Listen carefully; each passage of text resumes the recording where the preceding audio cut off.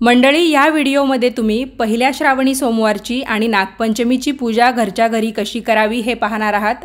या अगोदर मी तुम्हाला नागपंचमीची पूजा कशी करावी किंवा नागपंचमीची संपूर्ण माहिती सांगितलेली आहे, पण त्या व्हिडिओच्या कमेंट्समध्ये तुम्ही जे प्रश्न विचारलेले आहेत त्या प्रश्नांची उत्तरे तुम्हाला हा व्हिडिओ पाहिल्यामुळे मिळतील।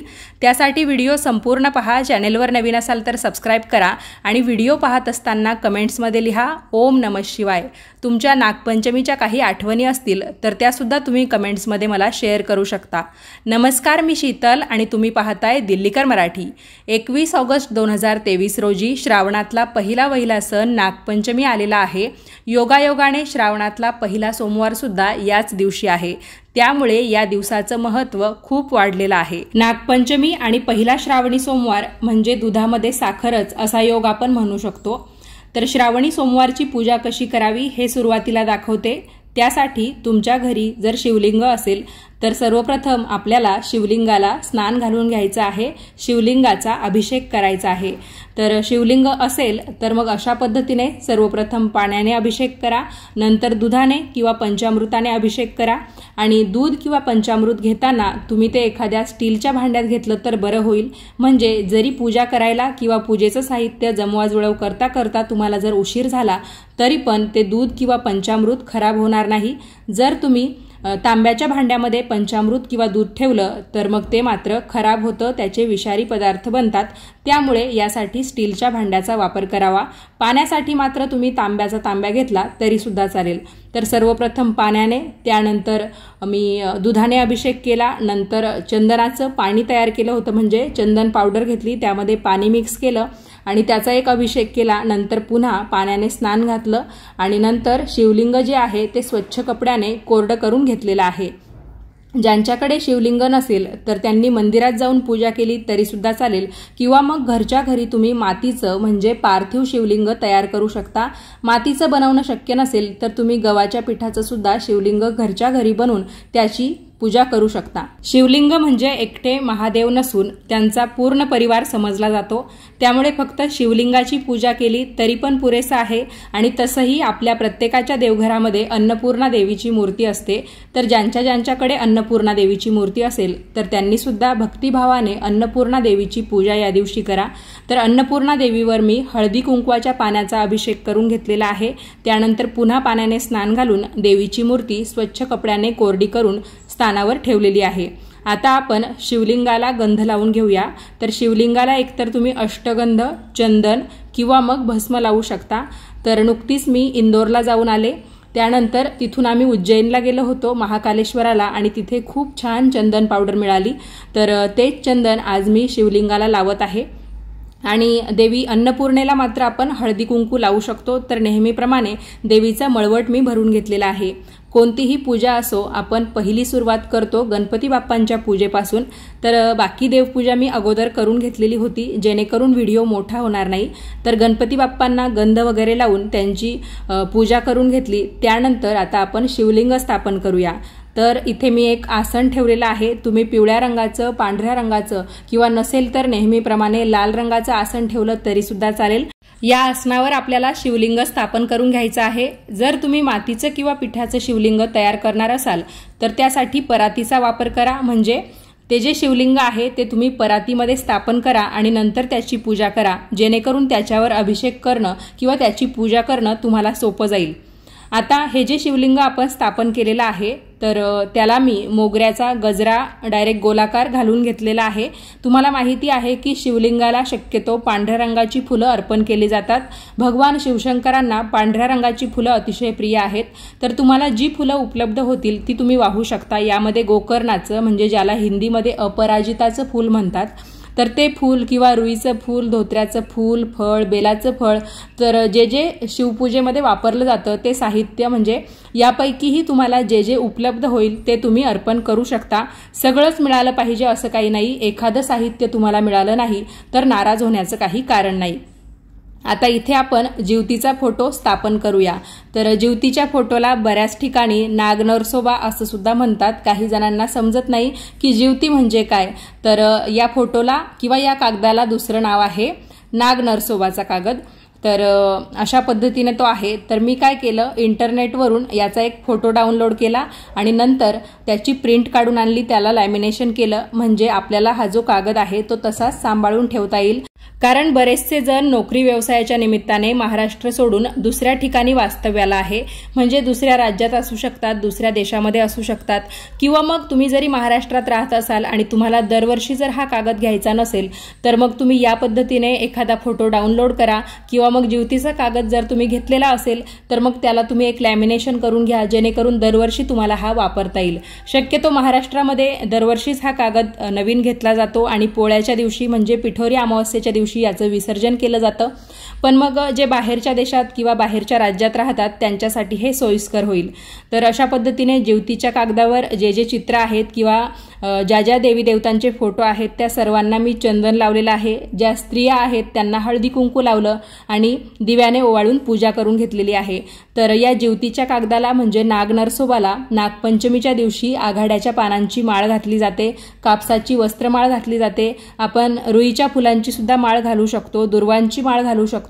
तर बरेचसे जण विचारतात आम्हाला आघाडा मिळणार नाही, तर तुम्ही दुर्वाच्या पानांची माळ घालू शकता। माळ घालणं शक्य नसेल तर फोटोपाशी तुम्ही दुर्वा, त्याचबरोबर बेलाची पानं किंवा आपल्याकडे जी फुलं उपलब्ध असतात ती सुद्धा अर्पण करू शकता। शमीची पानं सुद्धा अर्पण करता येईल आणि यापैकी काही मिळालं नाही, जर तुम्हाला कापसाची वस्त्रमाळ मिळाली तर ती अर्पण केली तरी सुद्धा चालेल, भरपूर पर्याय आहेत। तर अन्नपूर्णा देवीला सुद्धा मी फुलं अर्पण करून घेतलेली आहे। यानंतर शिवलिंगावर काही बेलाची पानं, म्हणजे एका बेलाच्या पानाला मी काय केलं, आतल्या बाजूने म्हणजे जी बाजू शिवलिंगाला टेकून राहणार आहे तर तिला चंदन लावून घेतलं एका बेलाच्या पानावर त्या बाजूवर आणि ते पान अर्पण केलं। ओम नमः शिवाय, ओम नमः शिवाय या मंत्राचा सतत जप करत राहायचा जेव्हा आपण अशी पानं फुलं देवाला अर्पण करतो तेव्हा। तर मग अशा पद्धतीने इथे शिवलिंगाची सुद्धा पूजा झाली। काही फळांचा नैवेद्य दाखवला, कारण श्रावणी सोमवार आहे तर आपल्याला दिवसभर उपवास करायचा असतो आणि संध्याकाळी म्हणजे प्रदोष काळामध्ये जेव्हा आपण परत पूजा करू तेव्हा आपल्याला हा उपवास सोडायचा असतो। म्हणजे प्रदोष काळाची पूजा झाली की तुम्ही लगेच हा उपवास सोडू शकता। त्यामुळे उपवासाचे पदार्थ किंवा मग फळांचा नैवेद्य तुम्ही सकाळच्या पूजेमध्ये दाखवला तरी सुद्धा चालेल। नागनरसोबा म्हणजे जीवतीची जी प्रतिमा आहे तर या प्रतिमेला तुम्ही लाह्यांचा नैवेद्य दाखवू शकता। शक्यतो नागपंचमीच्या दिवशी ज्वारीच्या लाह्यांना अतिशय महत्त्व असतं, पण तुम्हाला जर त्या मिळाल्या नाही तर तुम्ही तांदळाच्या लाह्यांचा सुद्धा नैवेद्य दाखवू शकता। तांदळाच्या लाह्या, फुटाणे, शेंगदाणे, त्याचबरोबर गुळ असेल, खोबरं असेल आणि रेवड्या मिळतात, तर यापैकी कशाचाही नैवेद्य तुम्ही या जीवतीच्या प्रतिमेला दाखवू शकता। या पदार्थांना अतिशय महत्त्व आहे। पुरणाची दिंड सुद्धा बऱ्याच ठिकाणी बनवली जातात। या दिंडांना काही ठिकाणी कानवले किंवा कानुले असं म्हटलं जातं। तर तुमच्याकडेही जर ते बनवत असतील तर हा नैवेद्य दाखवला, पुरणपोळीचा नैवेद्य तुमच्या घरी करत असतील या दिवशी तर तो दाखवला तरी सुद्धा चालेल। खूप जण विचारतात की शिवलिंग जर आपल्या घरामध्ये ठेवायचं असेल तर मग त्याच्यावरती गळती सुद्धा ठेवावी लागते का? गळती म्हणजे काय, आपण जसं मंदिरात गेल्यावर बघतो की शिवलिंगावर सतत पाणी टपकत असतं, म्हणजेच काय त्या पाण्याचा सदैव शिवलिंगावर अभिषेक होत राहतो। तर मग घरी आपल्याला शिवलिंग ठेवायचं असेल तर मग गळती सुद्धा घ्यावी लागते का? तर असं अजिबात नाही। तुम्ही तसंच शिवलिंग तुमच्या देवघरामध्ये स्थापन करू शकता। फक्त तुम्हाला आपल्या हाताचा जो अंगठा असतो तर त्या अंगठ्याच्या पेऱ्या एवढ्या उंचीचं शिवलिंग घ्यायचं असतं, त्यापेक्षा मोठं शिवलिंग घरामध्ये ठेवत नाही। तर ही एक काळजी तुम्ही घेऊ शकता आणि तुम्हाला जर तुमच्या घरामध्ये शिवलिंग स्थापन करायचं असेल तर तुम्ही ते श्रावणी सोमवारी स्थापन करू शकता। जीवतीची ही जी प्रतिमा आहे ती श्रावणाच्या पहिल्याच दिवशी घरी आणून आपल्या देवांच्या खोलीमध्ये किंवा देव्हाऱ्याच्या आसपास कुठेतरी चिकटवली जाते आणि नंतर महिनाभर म्हणजे जोपर्यंत श्रावण चालू आहे तर वेगवेगळ्या दिवशी या जीवतीच्या कागदावर ज्या ज्या प्रतिमा आहेत तर त्यांची पूजा केली जाते। जसं की शुक्रवारी जीवतीची पूजा, त्याचबरोबर गुरुवारी शनिवारी नरसिंहाची पूजा, बुधवारी गुरुवारी बुध बृहस्पतींची पूजा आणि आता नागपंचमीला कालिया नागावर उभे असलेले श्रीकृष्ण तर त्या पूर्ण प्रतिमेची पूजा केली जाते। अशा पद्धतीने या प्रतिमेचा उपयोग होत राहतो आणि त्यामुळे तुम्ही जर हा कागद एखाद्या भिंतीवर वगैरे चिकटवलेला असेल तर मग तो आहे तसाच राहू द्यायचा। नागपंचमीला तुम्ही त्या कागदापाशी किंवा त्या प्रतिमेपाशी जाऊन पूजा करायची आणि नंतर पोळ्याच्या दिवशी तुम्ही हा कागद काढून घेऊ शकता किंवा मग पोळ्याच्या दुसऱ्या दिवशी काढला तरी सुद्धा चालेल आणि नंतर तुम्ही याचं विसर्जन करू शकता। ज्यांनी लॅमिनेशन केलेलं आहे त्यांनी नागपंचमीच्या दिवशी किंवा जेव्हा जेव्हा तुम्हाला पूजेसाठी हा कागद लागेल तेव्हा तेव्हा तुम्ही तो चौरंगावर किंवा तुम्ही जिथे पूजा मांडता तिथे ठेवून त्याची पूजा करू शकता। बाकी वेळेत तुम्ही पूजेचं साहित्य जिथे ठेवतात तिथे हा कागद ठेवून दिला तरी सुद्धा चालणार आहे। पहिल्या श्रावणी सोमवारी शिवामूठ आहे तांदळाची। प्रत्येक सोमवारी वेगवेगळ्या धान्याचा वापर करून शिवामूठ शिवलिंगावर वाहिली जाते। पहिल्या श्रावणी सोमवारी आपल्याला तांदूळ वाहायचे आहे, तर शिवामूठ वाहण्यासाठी उजव्या हातामध्ये जे शिवामुठीचं धान्य असेल ते घ्यायचं। पहिल्या सोमवारी तांदूळ असल्यामुळे मी तांदूळ घेतलेले आहे, तर या तांदळामध्ये थोडंसं पाणी शिंपडायचं। समजा पुढच्या सोमवारी मूग असतील, म्हणजे दुसऱ्या सोमवारी मूग असतील, तिसऱ्या सोमवारी तीळ असतील, तर जे जे धान्य तुम्ही शिवामूठ म्हणून घ्याल तर त्या धान्यावर थोडंसं पाणी शिंपडून मगच ती शिवामूठ आपल्याला शिवलिंगावर अर्पण करायची असते। डायरेक्ट कोरडं धान्य शिवलिंगावर वाहिलं जात नाही, म्हणजे शिवामुठीचं तरी धान्य डायरेक्ट कोरडं आपल्याला वाहायचं नसतं, त्यावर थोडंसं पाणी शिंपडून मगच ते आपल्याला वाहायचं असतं। तर शिवामूठ एकदाच ते धान्य तुम्ही शिवलिंगावर अर्पण करू शकता।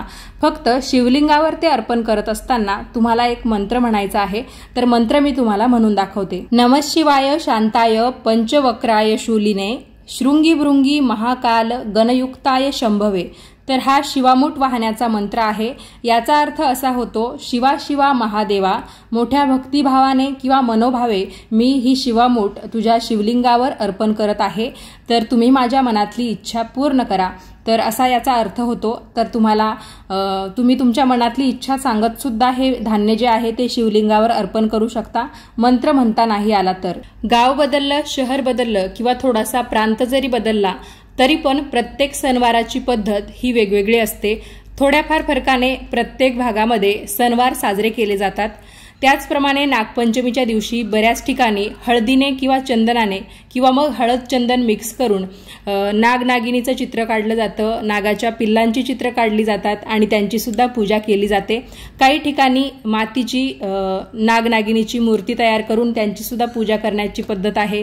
आमच्या नाशिककडे वारुळाला जातात, म्हणजे जिथे भलेही तिथे नागनागिन असो किंवा नसो, पण जे वारुळं दिसतात तर तिथे जाऊन नागपंचमीची पूजा करण्याची पद्धत आहे। तर खूप साऱ्या ताईंनी विचारलं होतं की नागनागिनीचं जर चित्र काढायचं असेल तर मग ती पूजा कशी करायची दाखवा।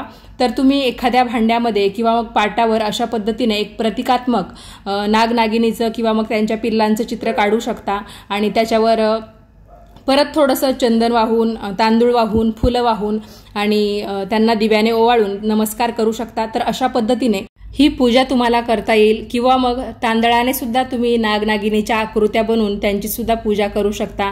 मातीचे सुद्धा बनवून त्यांचीही पूजा करू शकता। ज्यांना काहीच शक्य होणार नाही त्यांनी फक्त नागनरसोबाच्या या प्रतिमेची पूजा केली तरी सुद्धा पुरेसा आहे। आणि ज्यांना हा कागद सुद्धा आणणं शक्य होणार नाही तर त्यांनी फक्त शिवलिंगाची पूजा केली या दिवशी तरी सुद्धा भरपूर झालं। तर अशा पद्धतीने या व्हिडिओमध्ये मी तुम्हाला नागपंचमीच्या दिवशी पूजा कशी करायची, त्याचबरोबर पहिला श्रावणी सोमवार असल्यामुळे शिवलिंगाची पूजा कशी करायची, शिवामूठ कशी वाहायची, मंत्र कोणता म्हणायचा हे सांगितलं। आणि संध्याकाळी प्रदोष काळामध्ये तुम्ही परत एकदा शिवलिंगाची पूजा करून हा उपवास सोडू शकता। त्यावेळेस तुम्ही भगवान शिवशंकरांची आरती म्हणालात किंवा महामृत्युंजय मंत्र जो असतो तो म्हणालात तरी सुद्धा चालेल। जर तुम्हाला ओम नमः शिवाय या मंत्राचा जप करायचा असेल तर मग तुम्ही अशा पद्धतीची रुद्राक्षाची माळ वापरू शकता। या माळेचा जो गुरुमणी असतो किंवा ज्याला आपण मेरुमणी म्हणतो तर तो न ओलांडता आपल्याला माळेवर जप करायचा असतो। तर आपल्या हाताची करंगळी आणि करंगळी शेजारचं जे बोट असतं त्याचबरोबर अंगठा या तिन्ही बोटांनी मिळून आपल्याला जपमाळ पकडायची असते। ती जमिनीला टेकता कामा नये आणि आपल्या हाताची जी मध्यमा असते म्हणजे मधलं बोट, तर त्या मध्यमेने एक एक माळेचा मणी सरकवत आपल्याला जो मंत्र म्हणायचा आहे तर तो आपण एक एक करून म्हणू शकतो। आपल्या अंगठ्या शेजारच्या बोटाचा मात्र जपमाळेला अजिबात स्पर्श होऊ देऊ नका। जप जेव्हा पूर्ण होतो तेव्हा जपमाळ आपल्या उजव्या हातामध्ये घ्यायची, आपल्या दोन्ही डोळ्यांना या जपमाळेचा स्पर्श करायचा, डोळे बंद करायचे आणि जपमाळेचा स्पर्श दोन्ही डोळ्यांना करायचा। नंतर आपल्या कपाळाला ती जपमाळ लावायची आणि नंतर पुन्हा जागेवर तुम्ही ही जपमाळ ठेवून देऊ शकता। आपली जपमाळ दुसऱ्या कुणाला द्यायची नाही। प्रत्येकाने जर जप करायचा असेल तर त्यासाठी सेपरेट जपमाळ वापरायची आणि जपमाळ ठेवण्यासाठी एखाद्या डबीचा तुम्ही वापर करू शकता। प्रदोष काळ कसा ओळखायचा किंवा प्रदोष काळ कधीपासून चालू होतो हे मी बऱ्याच वेळा तुम्हाला सांगत असते। याही व्हिडिओत परत एकदा सांगते। तर सूर्यास्त जेव्हा होतो, सूर्य जेव्हा मावळतो, तर त्याच्या पाऊण तास अगोदर आणि पाऊण तासानंतर ही जी वेळ आहे तर ही प्रदोष काळ म्हणून ओळखली जाते। त्यामुळे तुम्ही प्रदोष काळामध्ये परत एकदा शिवलिंगाची पूजा करा आणि नंतर तुम्ही या उपवासाचं पारण करू शकता, म्हणजेच उपवास सोडू शकता। तर या व्हिडिओमध्ये मी तुम्हाला नागपंचमीची त्याचबरोबर पहिल्या श्रावणी सोमवारची जी माहिती सांगितली ती तुम्हाला कशी वाटली कमेंट करून नक्की सांगा। व्हिडिओ आवडला असेल तर व्हिडिओला लाईक करा, जास्तीत जास्त शेअर करा आणि असेच छान छान माहितीपूर्ण व्हिडिओज पाहण्यासाठी आजच दिल्लीकर मराठीला सबस्क्राइब करा। मी तुम्हाला परत भेटते पुढच्याच नवीन व्हिडिओमध्ये। तोपर्यंत सर्वांनी काळजी घ्या। धन्यवाद। सर्वांना नागपंचमीच्या खूप साऱ्या शुभेच्छा। महादेवांच्या कृपेने तुमच्या मनातल्या सर्व इच्छा पूर्ण हो अशी मी प्रार्थना करते।